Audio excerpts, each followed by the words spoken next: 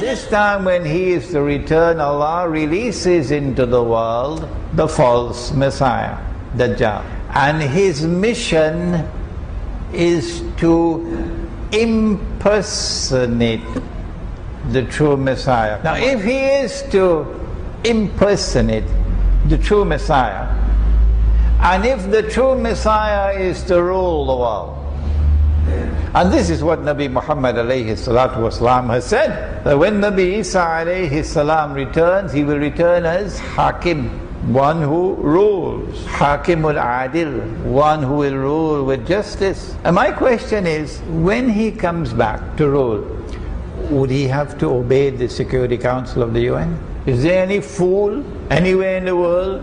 No. When he comes back, his rule will be the supreme rule. And so and he'll be ruling the world from Jerusalem, not from downtown Chicago, because Jerusalem is the Holy Land. So if Dajjal is to successfully impersonate the Messiah, he will have to rule the world. If he is to convince the Jews that he is the Messiah, he will have to rule the world. Now you are understanding what's happening today, aren't you? In order for him to rule the world from Jerusalem, he will, number one, have to liberate the Holy Land for the Jews. It's under Muslim rule. He will have to bring the Jews back to the Holy Land to reclaim it as their own. He's already done that. If he is to successfully impersonate the Messiah, he will have to restore a state of Israel in the Holy Land and get them to believe that this is Holy Israel. He's already done that. Israel was created in 1948, 2,000 years after Allah destroyed Holy Israel. And if he is to successfully impersonate the Messiah, then Israel must become the ruling state in the world. Are you understanding politics now? Are you understanding economics and monetary economics now? Are you understanding what is happening in the world of history now?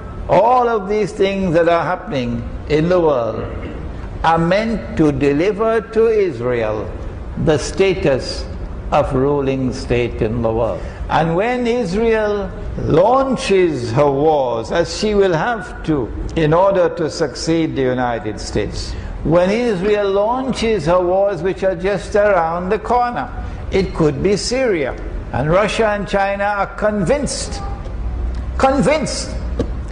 that they're going to attack Syria like mad dogs. And so Russia and China are preparing to fight back. You're not going to do it. It's going to be showdown. It could be nuclear war around the corner. But if Israel is to rule the world, Israel must first rule the Arabs. She's surrounded by the Arabs. And so we can expect wars now through which Israel will establish a political and economic dominion over the Arabs. As soon as Israel starts her wars, which should be soon, there is attack on Syria, there's an attack on Pakistan, there's an attack on Iran, there's an attack on Egypt. I think these are the four main countries.